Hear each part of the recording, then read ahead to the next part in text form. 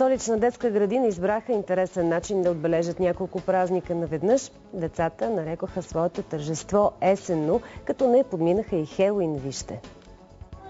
Децата, които излизат на импровизираната сцена, се чувстват като истински артисти и имат всички условия да се чувстват като такива. Декор, специални костюми, всеки има своя роля. Спектакълът е посветен на есента. Сезонът преди зимата мълчуганите свързват с... Хвърлят дъждове, стелят се мъгли. Времето е хладно. Децата трябва да покажат на другите кои са зеленчуците през есента и колко са полезни. Аз съм истински ваш приятел, защото ви помагам да растете. Когато ме няма в храната, вие боледувате. Затова трябва да хрупкате много моркови и да ядете сирене, риба и яйца. Когато те се обличат в един костюм, изживяванията са просто страхотни.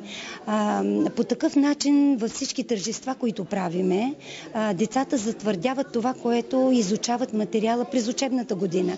Мълчуганите не са пропуснали и Хелуин. Част от есенното тържество включва и конкурс за най-хубав фенер от тиква.